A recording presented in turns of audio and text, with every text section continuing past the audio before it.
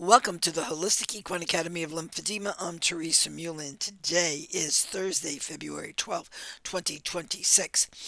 And today's topic is I'm calling all professionals.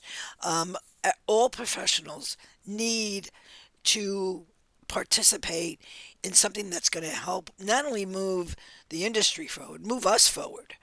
And I would have to tell you, there's two organizations I absolutely support, and that's the NUPCAM, which we just finished at the end of January, our virtual conference, and the AAETT is the American Association of Equine Therapists and Technicians, and they're going to have an in conference session.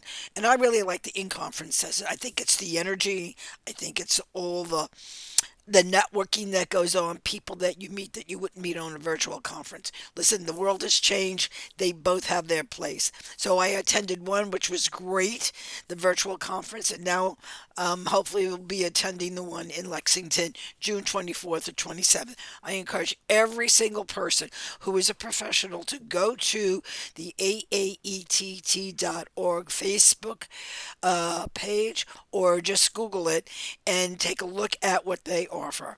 I support both virtual and in-class sessions. I think they bring a world of both to to us and help us move forward.